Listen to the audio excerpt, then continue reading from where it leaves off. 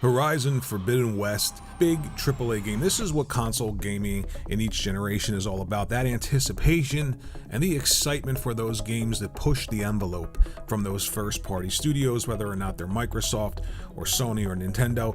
This is what most people move from one generation to the next for. I find it interesting that cross-gen titles are the titles that are pushing the envelope still, and we haven't seen much from Microsoft or Sony exclusively on their new hardware. There isn't any game built from the ground up on the PlayStation 5 or the Xbox Series X, but I think Sony has a leg up when it comes to cross-gen titles, especially when you look at their first party and the talent.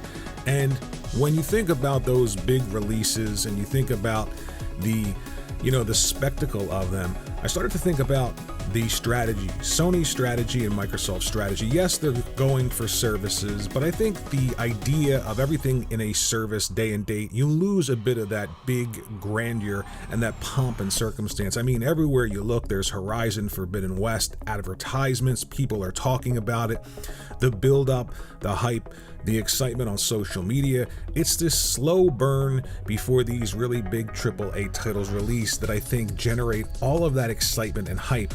And I feel like when it comes to subscription services and everything dropping in there day and date, you lose that. You don't see that level of advertising. You don't have that build up.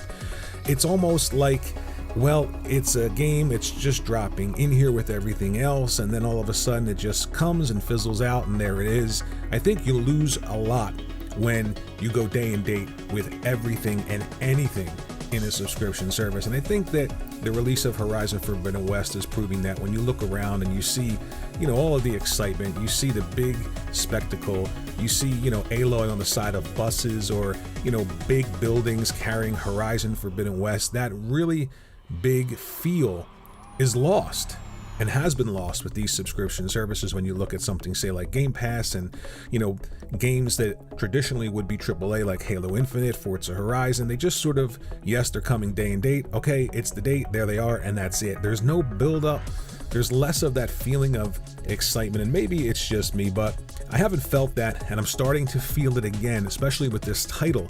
It feels like, circa PS2 days, when big games were coming out, there was build up, there was hype, there was excitement. And I really started to think about the idea of, a lot of people seem to think that there are things gained by having a subscription service, paying one monthly fee, but like everything else, there has to be some things lost as well. Nothing is 100% great all of the time or any time.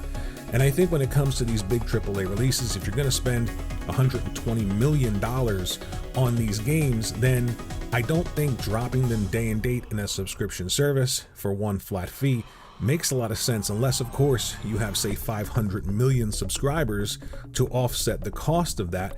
I do think you lose that big pomp and circumstance, and I like that. I like the anticipation, I like the build-up, I like the coverage, the slow burn. First you get a screenshot, then you get an article, then you get some gameplay, then you get more gameplay, then you learn about the environments, the characters, the gameplay, and then finally the big release. I think that that is something that Sony's done very well, and I think that that strategy is going to be very successful for Sony going forward. They do not have to do what Microsoft is doing, and Microsoft doesn't have to do what Sony is doing. They tried, it didn't work for them. What they're doing now, hopefully, seemingly, is working for them. But I do think when it comes to subscription services, you lose quite a bit in terms of that big overall excitement when it comes to these big titles.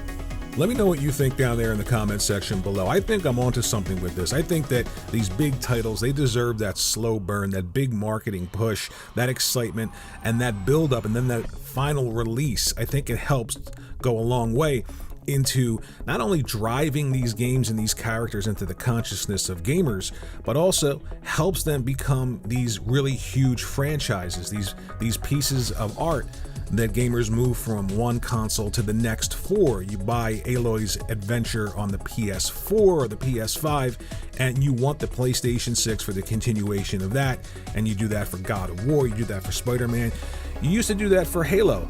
And I am not trying to say that you shouldn't be excited about subscription services, but I do think that if you're going to say that everything is gained when it comes to a subscription service, That's very disingenuous because nothing is 100%. If things are gained, there has to be some things lost. And I think that excitement and that buildup are the things that have been lost. Let me know again what you think in the comments section below, and I'll see you all in the next video.